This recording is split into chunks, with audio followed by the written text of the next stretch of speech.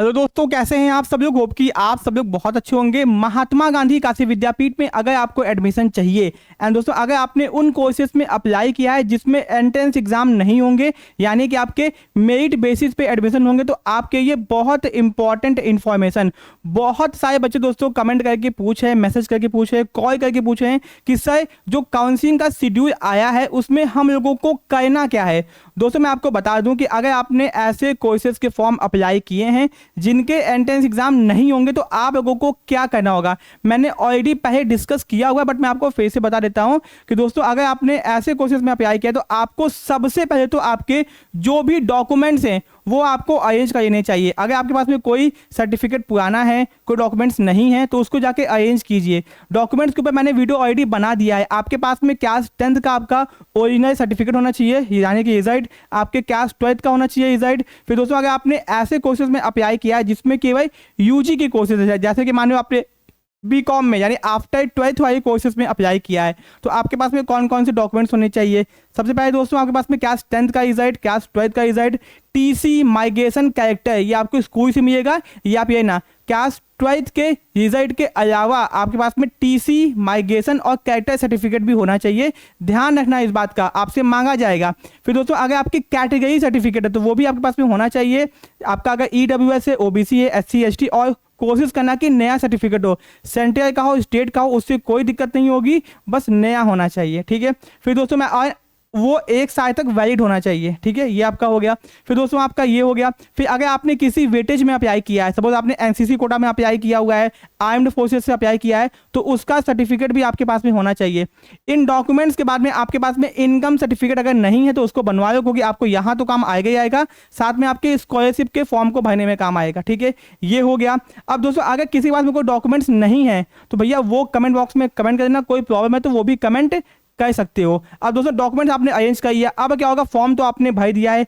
ध्यान रखना, फॉर्म जब आपने भरा होगा तो क्लास 12th में कितना मार्क्स पाए हो, अगर आफ्टर 12th वाले फॉर्म को भरा होगा, जैसे बीकॉम हो गया, तो 12th में कितना मार्क्स पाए हो ये आपने सही से फिल किया हो। ठीक है। एंड दोस्तों सपोज आपने पाया है 78.92, तो 78.92 आपने मेंशन किया है कि नहीं किया, ये बात का ध्यान रखना आप। ठीक है, अगर नहीं किया है तो करेक्शन विंडो में उसको ठीक कर देना। ठीक है, तो ये आपका हो गया। अब दोस्तों क्या होगा, विद्यापीठ आपको सबको काउंसलिंग में नहीं जाना है। अब बीकॉम वाले बच्चों का जब भी काउंसलिंग होगा या फिर जो भी आपका काउंसलिंग होगा तो आपको उसके पहले विद्यापीठ अपने वेबसाइट पे प्रॉपर लिस्ट निकाल देगा सब बच्चों की। तो आप यहाँ पे चाहो तो देख सकते हो। ठीक है, यहाँ पे आपके सामने दोस्तों आपको विद्यापीठ ने लिस्ट निकाला हुआ है यहाँ पे कि इन बच्चों का नाम है और इनको आना है। यहाँ पे देख लो, एग्जाम्पल के तौर पे ये कोर्सेज का लिस्ट है, विद्यापीठ ने इसको निकाल दिया। ठीक है, अब यहाँ पे देखो, यानी कि आपने फॉर्म भर दिया, सब कुछ सही है, डॉक्यूमेंट आपने अरेंज करके रख लिया।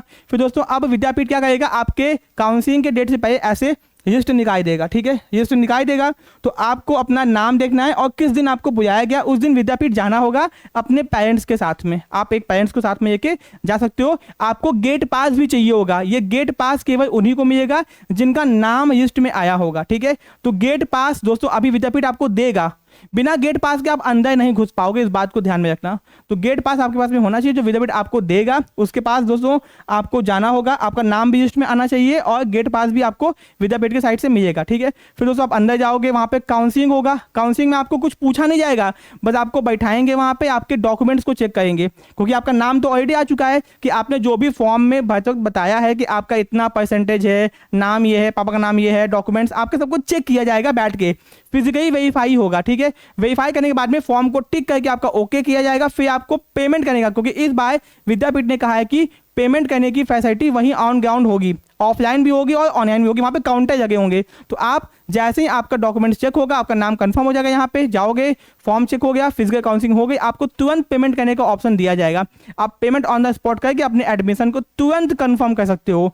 किसी केस में कोई डॉक्यूमेंट्स अगर मिसिंग है, वो इंपॉर्टेंट डॉक्यूमेंट्स नहीं है, तो आपको वो डॉक्यूमेंट्स को जमा करने का टाइम भी दिया जाएगा कुछ टाइम तक। ठीक है, सपोज टीसी नहीं है आपका, माइग्रेशन नहीं है, कैरेक्टर नहीं है, तो आपको टाइम दिया जा सकता है। ठीक है, टाइम देंगे, वो टीसी माइग्रेशन कैरेक्टर की टाइम आपको देते हैं। ठीक है, तो टाइम आपको देंगे, आप बाद में भी उसको जमा कर सकते हो, बट इनके कारण एडमिशन में दिक्कत नहीं आएगी। बट अगर आपके कैटेगरी सर्टिफिकेट में दिक्कत आई है, तो बस आपने ओबीसी से अप्लाई किया है एंड आपका ओबीसी से यहाँ पे नाम आ गया है। ठीक है, एंड आप वहाँ पे गए, आपका ओबीसी सर्टिफिकेट पुराना है, यानी कि वैलिड नहीं है, खत्म हो चुका है, तो आपका भैया ओबीसी उठा के आपको जनरल में डाल देंगे। इस बात को ध्यान में रखना। सर्टिफिकेट आपका वैलिड होना चाहिए, टाइम पीरियड के अंदर होना चाहिए, उसका एक्सपायरी नहीं होना चाहिए, यानी 1 साल के अंदर का होना चाहिए। ठीक है, ये हो गया। फिर दोस्तों SC/ST के बच्चों का टाइम पीरियड थोड़ा ज़्यादा होता है सर्टिफिकेट्स का। ठीक है, EWS का तो भैया आपका होता है 1 साल का। ठीक है, तो आप उसके आपके सर्टिफिकेट पे लिखा होगा कब तक वो वैलिड है, उसको चेक कर लेना। ठीक है, आपके सर्टिफिकेट पे लिखा होगा कब तक वो वैलिड है, कितने साल तक, उसको आप चेक कर लेना। ठीक है, चाहे सेंटर का हो चाहे स्टेट का, डजेंट मैटर। तो यानी कि अब आपको क्या करना है, आपको केवल अगर कोई डॉक्यूमेंट्स मिसिंग है तो उसको अरेंज करने हैं और अपनी फाइल बनानी है। प्रॉपर एक फाइल खरीदो, उसमें डॉक्यूमेंट्स को 10th 12th आप ऐसे अरेंज कर लो। ठीक है, ये हो गया। एंड सबकी फोटो कॉपी भी पीछे अरेंज कर लेना एंड अपनी फोटो भी रख लेना। ठीक है, ये हो गया।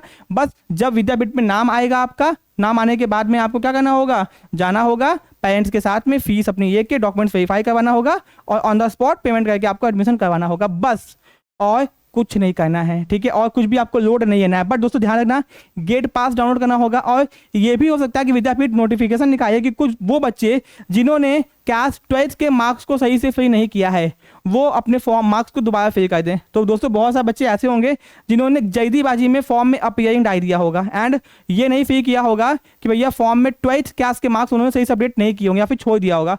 तो ऐसे बच्चों को विद्यापीठ दोबारा मौका दे सकता है, क्योंकि पिछले साल भी विद्यापीठ ने मौका दिया था बच्चों को। ठीक है, अपने क्लास 12th के मार्क्स को अपडेट करने की। ये तो हो गया आफ्टर 12th वाले कोर्सेज। अगर पीजी वाले कोर्सेज की बात की जाए, सपोज कि आपके जो पीजी कोर्सेज है जिनका एंट्रेंस नहीं होगा, उनको दोस्तों ग्रेजुएशन के मार्क्स मांगा जाएगा, ग्रेजुएशन का मार्क्स। अब दिक्कत की बात क्या है कि पीजी वाले बच्चों के लिए उनका सेमेस्टर एग्जाम ही अभी हुआ है, तो उनका पहले रिजल्ट आएगा, फिर उनके मार्क्स पता चलेंगे। विद्यापीठ का खुद का अपना सेमेस्टर एग्जाम अभी नहीं हो पाया अच्छे से, एग्जाम चल रहा है उसका, तो उसका एग्जाम हो जाएगा, बच्चों का रिजल्ट अनाउंस हो जाएगा, फिर बच्चों को वो टाइम देगा कि अपने ग्रेजुएशन के लास्ट सेमेस्टर के मार्क्स को अपडेट कीजिए, उसके बाद उनका लिस्ट आएगा, फिर उनको काउंसलिंग करवाना होगा। तो भैया पीजी वाले कोर्सेज में तो अभी टाइम लगेगा। ठीक है, बट जो भी आफ्टर 12th वाले कोर्सेज है, आपके बीकॉम हो गया, जो भी आपका एंट्रेंस नहीं हुआ है, बीए हो गया, तो आपको इसी तरह से करना होगा। कोई डाउट है, कोई दिक्कत है, कोई समस्या है, किसी भी चीज़ को लेकर कमेंट बॉक्स में कमेंट कीजिए। मैं कोशिश करूंगा आपके हर सवाल के जवाब देने का। आपके सवाल सही तरह से होने चाहिए बस। ठीक है, तो वीडियो अच्छा लगा तो वीडियो को लाइक कीजिए, चैनल को सब्सक्राइब कीजिए, कोई सवाल है कमेंट कीजिए। मिलते हैं अपने नेक्स्ट पार्ट में। Thank you so much.